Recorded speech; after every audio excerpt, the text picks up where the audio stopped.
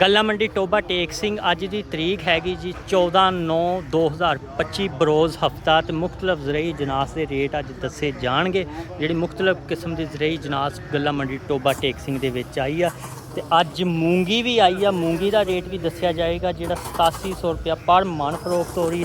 ਤਿਲ ਜਿਹੜੇ ਆ ਜੀ ਅੱਜ 11,100-200 ਫਰੋਖਤ ਹੋ ਰਹੇ ਆ।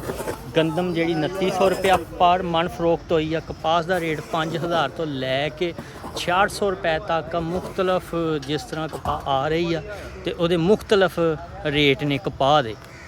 ਰਾਇਆ ਵੀ ਗੱਲਾ ਮੰਡੀ ਦੇ ਵਿੱਚ ਆਇਆ ਤੇ ਇਹਦਾ ਜਿਹੜਾ ਰੇਟ ਜਿਹੜਾ ਹੈਗਾ 8000 ਰੁਪਇਆ ਪਰ ਮਣ ਫਰੋਖਤ ਹੋਇਆ ਜੀ। ਆਹ ਸੂਰਤ ਹਾਲ ਆ ਜਿਹੜੀ ਗੱਲਾ ਮੰਡੀ ਦੀ ਜਿਹੜੀ ਜ਼ਰਈ ਜਨਾਸ ਆਈ ਤੇ ਅੱਜ ਕਪਾਸ ਕਾਫੀ ਮਕਦਾਰ ਦੇ ਨਾਲ ਆਈ ਆ ਤੇ ਗੱਲਾ ਮੰਡੀ ਭਰੀ ਪਈ ਆ ਜੀ ਕਪਾਹ ਦੇ ਨਾਲ। ਅੱਜ ਟਰਾਲੀਆਂ ਲੱਦ ਹੋ ਰਹੀਆਂ, ਰਕਸ਼ੇ ਲੱਦ ਕੇ ਆਏ ਹੋਏ ਨੇ ਤੇ ਆਹ ਸੂਰਤ ਹਾਲ ਆ ਜੀ ਗੱਲਾ ਮੰਡੀ ਟੋਬਾ ਟੇਕ ਸਿੰਘ ਦੀ ਅੱਜ ਦੀ।